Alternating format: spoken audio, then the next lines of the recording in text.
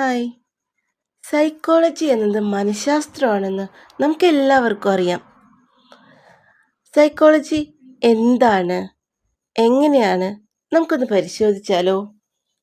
Psychology എന്നത് philosophy, physiology എന്നിവയുമായി ബന്ധപ്പെട്ട് കിടക്കുന്ന ശാസ്ത്രശാഖയാണ്.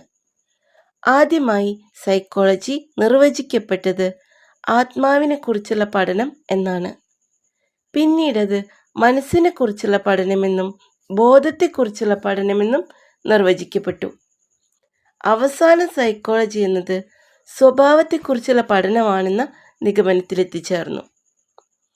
നിരവധി പരീക്ഷണ നിരീക്ഷണങ്ങളുടെ അടിസ്ഥാനത്തിൽ നിഗമനം കണ്ടെത്തുന്നതിനാൽ സൈക്കോളജിയെ ശാസ്ത്രീയ പഠനമായി കണക്കാക്കുന്നു. വില്യം വൂണ്ട് ആണ് സൈക്കോളജിയുടെ പിതാവ്. ഇതാണ് സൈക്കോളജി.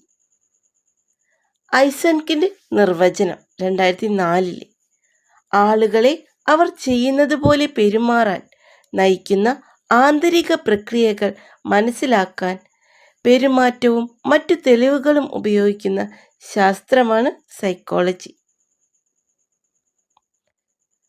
സ്വഭാവം എന്നത് ഒരു വ്യക്തിയുടെ മാനസികാവസ്ഥയെ ആശ്രയിച്ചിരിക്കും.